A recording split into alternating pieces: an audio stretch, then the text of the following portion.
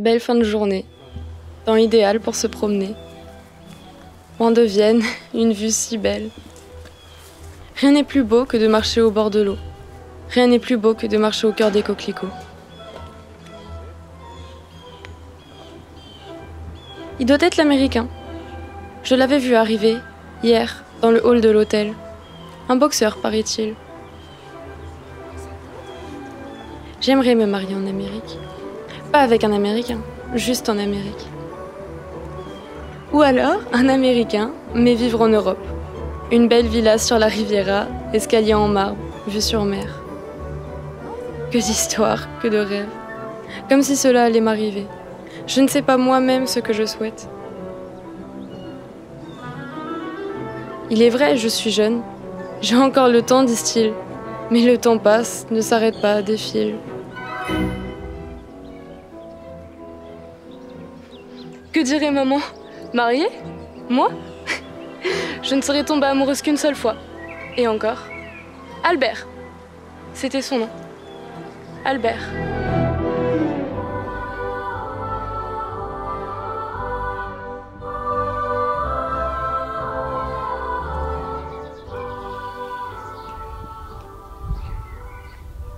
Bonsoir, Elsa.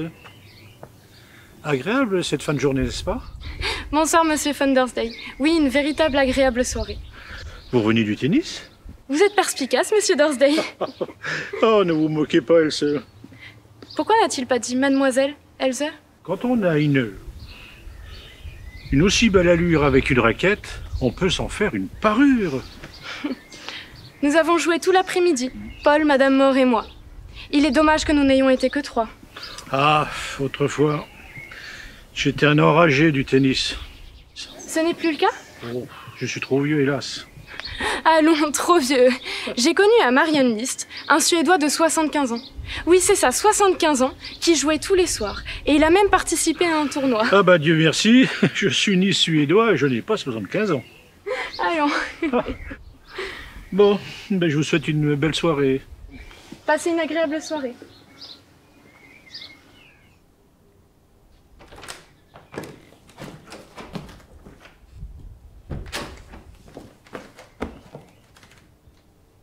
Je ne vais bientôt plus en avoir. Il faudra que j'aille en chercher. Autrement, je ne dormirai plus assez. Oui? Mademoiselle, excusez-moi du dérangement, une lettre pour... Merci. Un recommandé de maman. Rien de bon, je présume. Je verrai après dîner.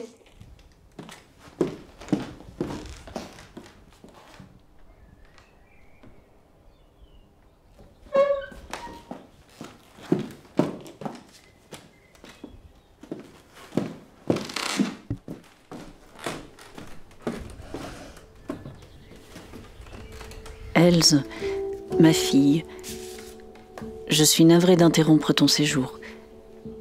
L'affaire de ton père est devenue urgente. Il doit rendre la somme dérisoire de 30 000 gulden dans 3 jours. Autrement, il ira en prison. Ton cousin Victor est en route pour l'Écosse. Il est impossible de lui écrire. Les confrères de ton père nous ont tous abandonnés. Mais nous avons une chance. Dans ton hôtel se trouve un ami de la famille, Monsieur Thundersday. Il venait il y a quelques années à la maison, rappelle-toi. Tu sais qu'il t'a toujours chérie. Parle-lui. Nous ne voulons pas lui envoyer de télégraphe. Une véritable parole est toujours plus convaincante. Dis-lui d'envoyer l'argent à Maître Fiala. Nous comptons sur toi. Autrement, c'est toute la famille qui mourra.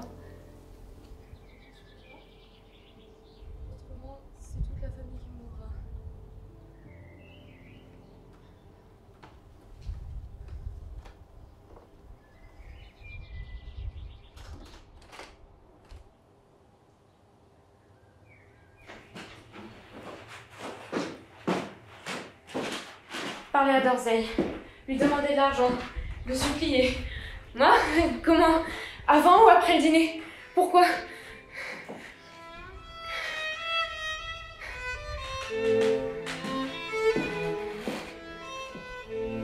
Suis-je vraiment responsable des erreurs de mon père. Monsieur Van der Zey, avez-vous du temps? Oui, bien sûr, elle sait. J'ai reçu une lettre de maman.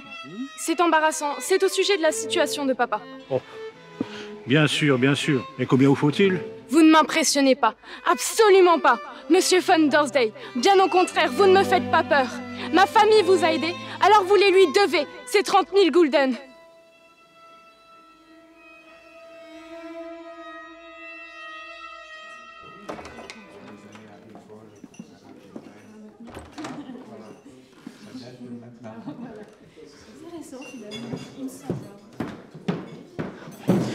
Bonsoir Elze.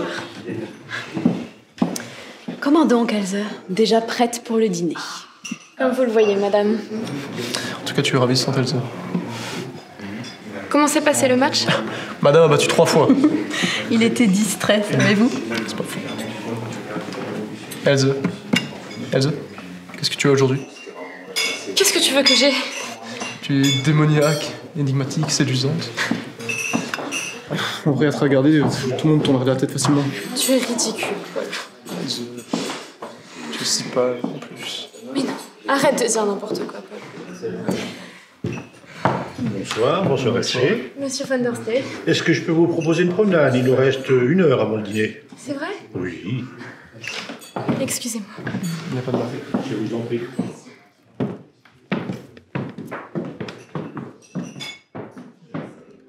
Vous pensez rester quelque temps à San Martino? Je ne sais pas, tout dépend des projets de ma tante. Jusqu'au 10 probablement. Ah, et je suppose que votre maman est restée à London. Non, elle est rentrée à Vienne il y a 3 semaines. Ah. Papa y est aussi. Ah. Toujours au travail. Ça ne m'étonne pas de lui, c'est bien le seul à être... Je suis heureuse que vous partagiez ce bon pressentiment. Un pressentiment? Oui, Monsieur Van der Zey, j'ai reçu une lettre aujourd'hui, de maman, dont il est aussi question de vous. Une lettre bien triste.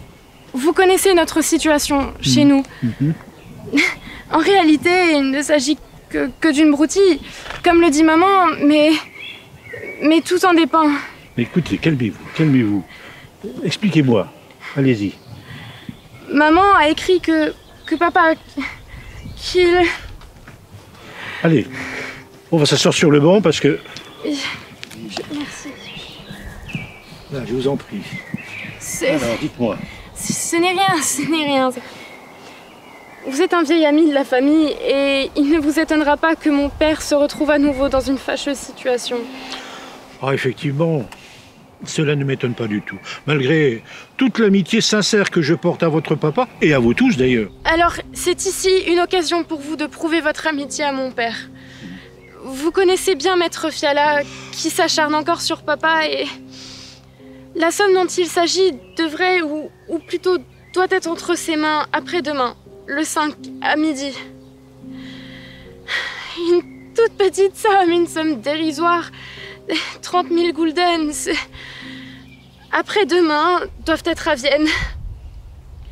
Papa a tout tenté, tout, sinon jamais il me demanderait, il vous demanderait de 30 000 gulden. Une somme si dérisoire. Le 5, avez-vous dit? Après-demain, oui. Et quelle somme? 30 000. Oh bah, pour être dérisoire, cette somme, il faut la gagner, écoutez. Je vous demande pardon, c'est maman qui... Ma chère, ma très chère Elsie. Vous êtes touchante. Ravissante, en vérité. Ravissante. Excusez-moi, je devrais y aller, Non, ne partez pas. Vous n'avez pas attendu ma réponse. Vous savez, votre papa m'a prêté cette somme aussi dérisoire il y a quelques années. Alors, je n'ai aucune raison de lui refuser mon aide.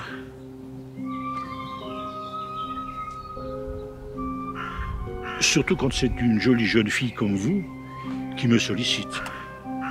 Maître Fiala aura ses 30 000 gulden. Après-demain, à midi. Mais... à une condition. Oui. Elle sait. Je vous désire. Et vous ne seriez pas femme si vous n'aviez pas compris ces choses-là. Je vous désire et je ne veux qu'une chose, c'est vous voir. Me voir? Oui, oui, vous voir.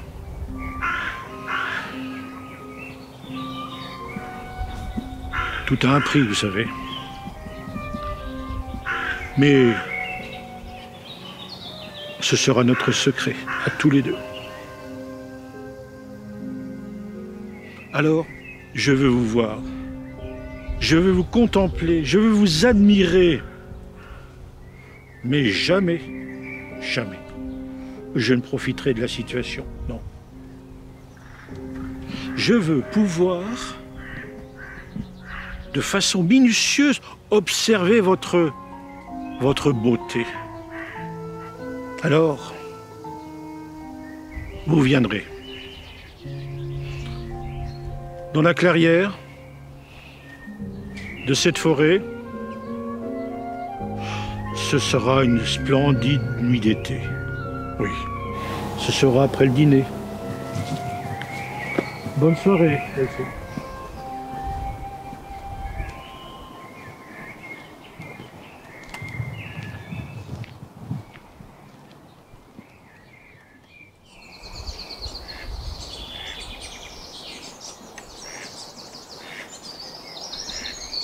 Est-ce l'heure?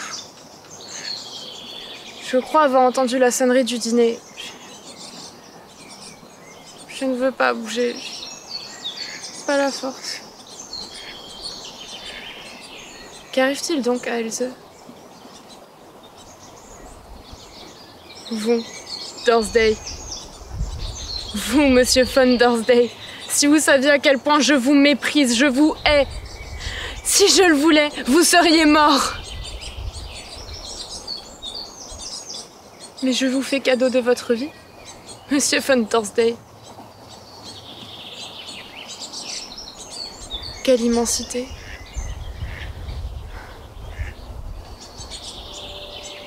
Tous doivent avoir peur pour moi. Où est Else? Où est-elle? Que fait-elle? Elle est assise là, sur son banc, en train de pleurer. Pourquoi pleure-t-elle? Pourquoi est-ce que je pleure? Il n'y a pas de quoi pleurer. Pleurer n'est pas si désagréable. Pleurer me fait du bien. Normalement, jamais je ne pleure. La dernière fois, c'était au théâtre, oui. Au théâtre. La dame aux camélias. Qui pleurera quand je serai morte?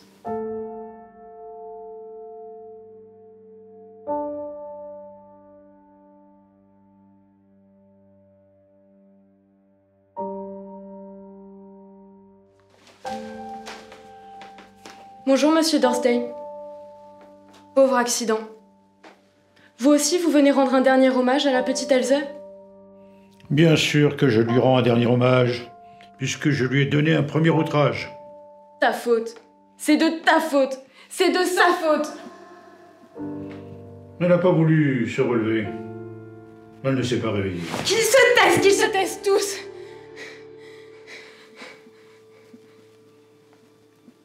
La couronne de violette posée sur mon front vient de Paul.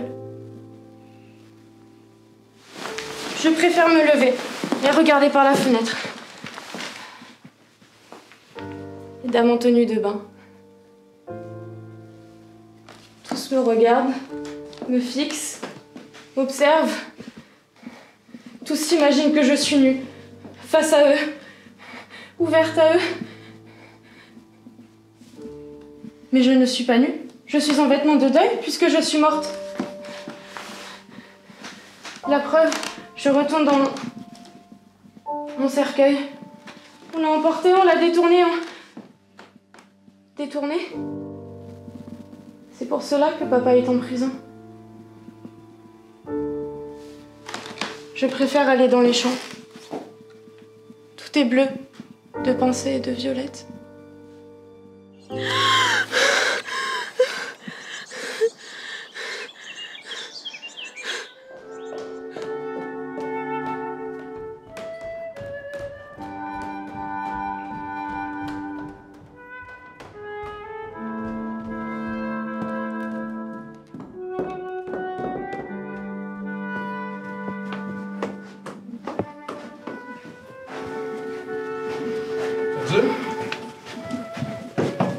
Elze? Elze? Que fais-tu, Elze? Que veux-tu que je fasse? Je suis allée me promener. À cette heure, pendant le dîner? Oui, l'aurore était magnifique, donc je suis restée dans la forêt. Tu t'imagines pas à quel point nous étions inquiets. J'ai frappé toute la journée à ta porte. Je ne t'ai pas entendu. Non, sérieusement, Elze. Ne nous inquiète plus de la sorte.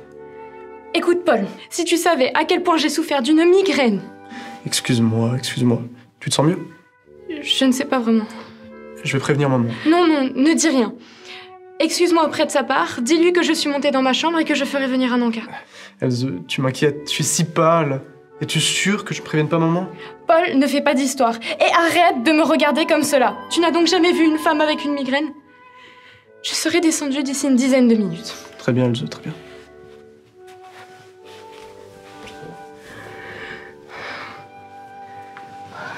Mademoiselle Elze? Excusez-moi. Dites-moi. Excusez-moi de vous importuner. J'ai ici une nouvelle missive pour vous. Je vous remercie. Passez une agréable soirée. Peut-être la mort de mon père, pour me sortir de cette galère.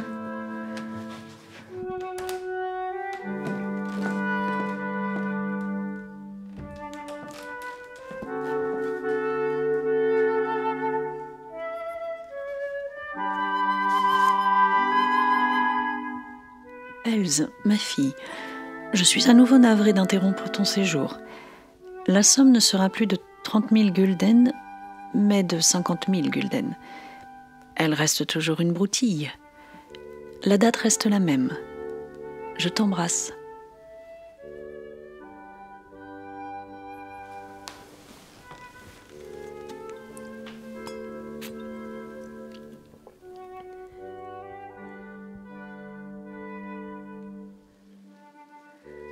Monsieur von Dorsday, je vous présente une photographie de mon oncle. Du côté de mon père, oui, de la famille. Il s'est suicidé. Il paraît que je lui ressemble. Vous ne le pensez donc pas, maintenant que vous me voyez nue? Maintenant que vous les voyez, mes pensées, si vous me voyez nue, vous me voyez moi. Mon père a détourné de l'argent.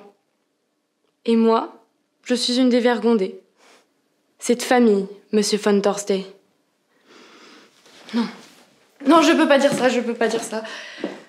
Ma famille, la famille, avant tout.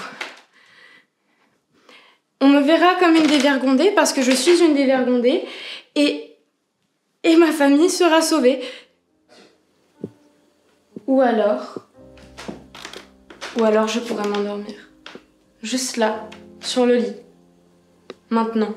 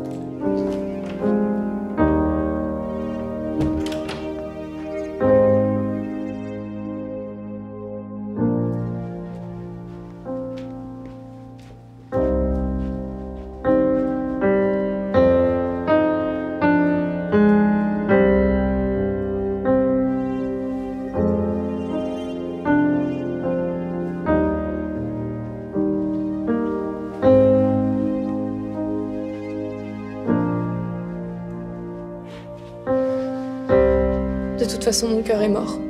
Au moins, ma famille sera bien.